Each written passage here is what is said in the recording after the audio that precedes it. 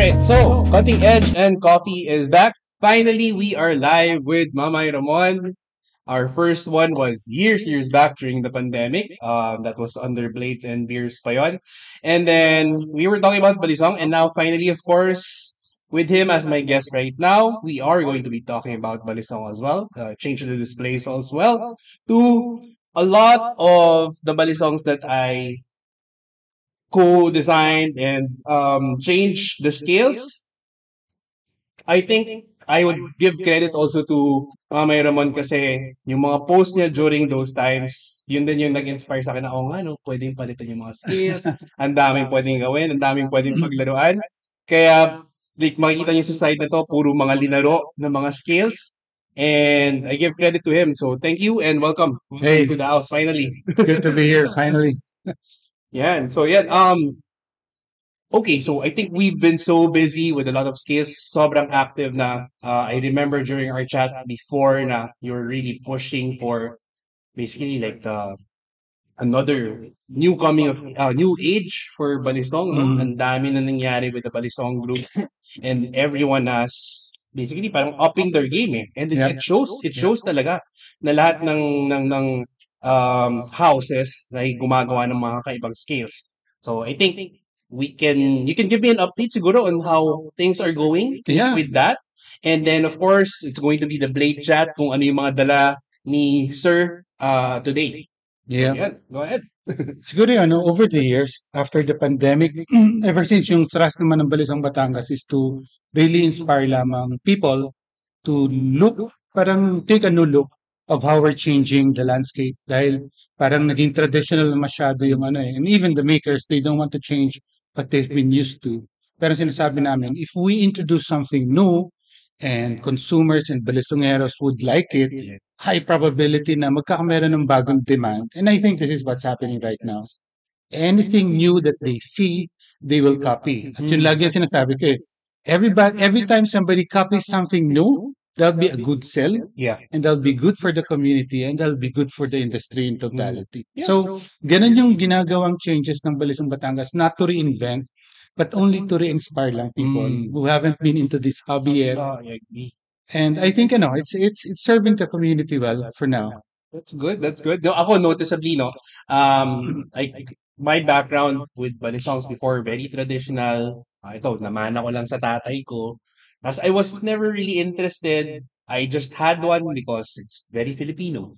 Pero when I got into martial arts, I got into EDC, I would always prefer pocket knives, holder knives, But now I always carry one with me kasi mas lalo ang ganda tingnan and it's very, very us. And now with the new addition, there's a lot of people who can help us change our designs, change our skills. It becomes personal. And I love that about what's happening right now. So I think siguro we can have intro on what you have. Yes. Right now. I brought Background. a few Sige. pieces here. Ang dala ko, ito, carry ko to ngayon. This is my carry for today. And this is technically a rebirth lamang eh. This was based on a World War II design. Makikita nyo lang, World War II designs, kukonti pa yung mga bolsters. Maliliit pa lang because scarcity at the time. And normally, ang ginagamit nila before ay aluminum, which is the most common material after the war or before the war. So ito yung ginawa namin na bago dahil itong pamamaraan ng paglalagay ng design na ganito, wala na. And this was really inspired by an old blade that I had, pero hindi ko dala ngayon. Pero ito yung ukil na may inlay or baon. Ang baon ng paggagawa ng ganito before, gawa ito sa dinurog na shells.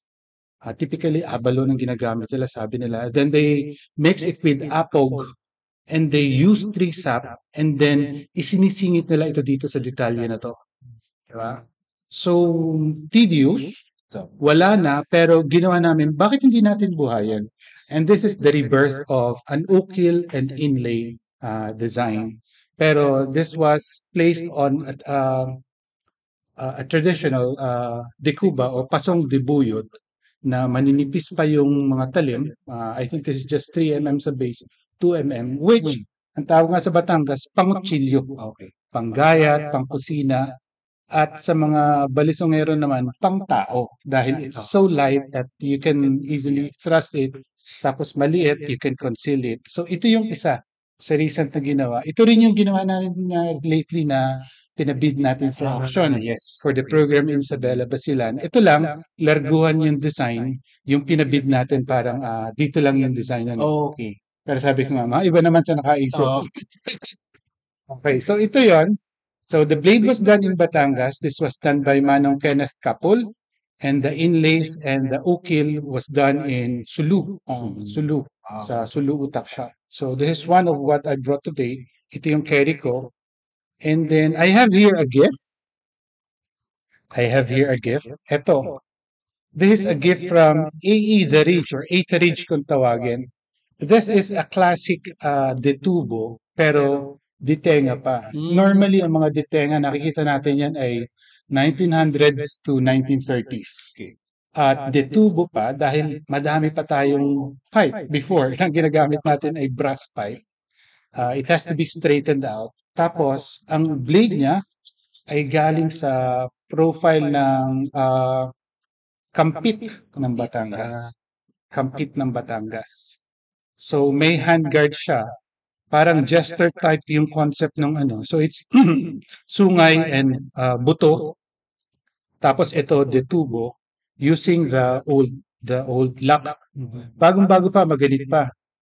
Yun lang, nung nag-comment nga ako kay AJ, sabi ko sa kanya, palitan tong pin na ginamit dahil traditionally ang ginagamit dito pakong bakya. Okay. Hindi pa tong malalaking ganito or kalabito in Batangas as we call it. So this is from the 8th age and they were also the one who did this. It's a leather pouch. Technically itong ganito, lalagyan to ng mga salamin ng mga mamay at lola ko nung araw eh. Pero dahil may nakakita na, uy, pwedeng lalagyan ng balisong yan, ginamit na nila. Until now, may mga nagpapagawa na ng ganito kanya. So this balisong, even the pouch, the leather pouch, pwede pong gawin to sa AE The Ridge or Ridge. Grupo po ng mga taga-Tanay. Yeah. Okay, so ito yung dalawa. But I have two more. Ito, recent build. This is one of my treasured pieces. Yay! It has to be.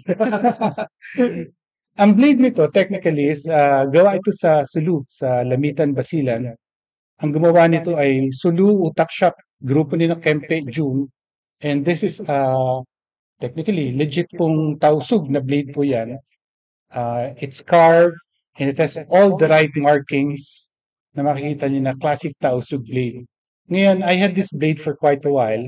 And then, luckily, Bro Mako Yuson allowed me or he agreed na igawa ito ng bahay. Sabi ko, Mako, ilang taong ko na nililigaw sa'yo.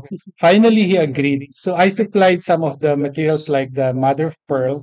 Pero siya ang gumawa nito. And the details and intricacies, sobrang ganda. Sobrang ganda. Sabi nga nila, hindi yung magagamit. Ang ganito pong blade, hindi po ginagamit. Kinokolekta at itinatago.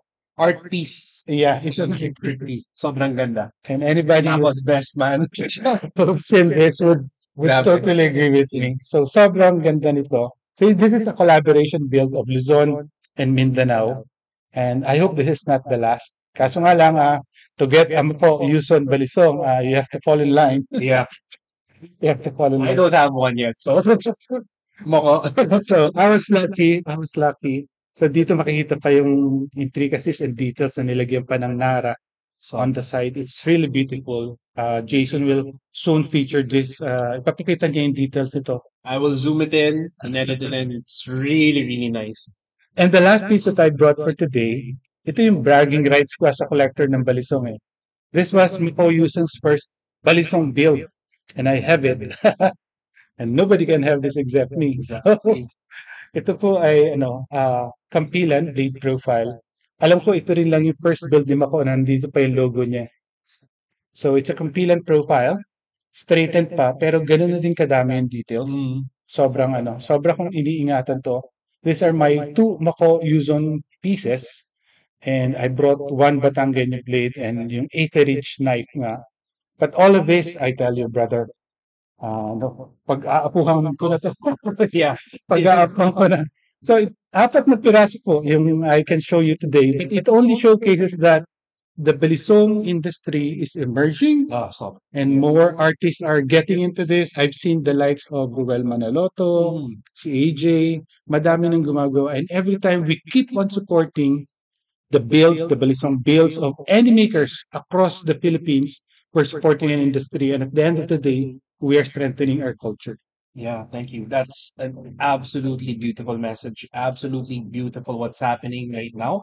Not beautiful for our wallets kasi talaga tayo from different sources and it's beautiful kasi yun nga, iba-iba rin yung inspiration, iba-iba yung qualities of build and parang as I mentioned, I come back to my message earlier, parang they're all upping each other and it's only gonna lead to even better and better products. So I love it. Thank you so much for your Oh, time. I'm Thank glad you to for be your here. time. Thank you, sir. Thanks so much, friend. Goody.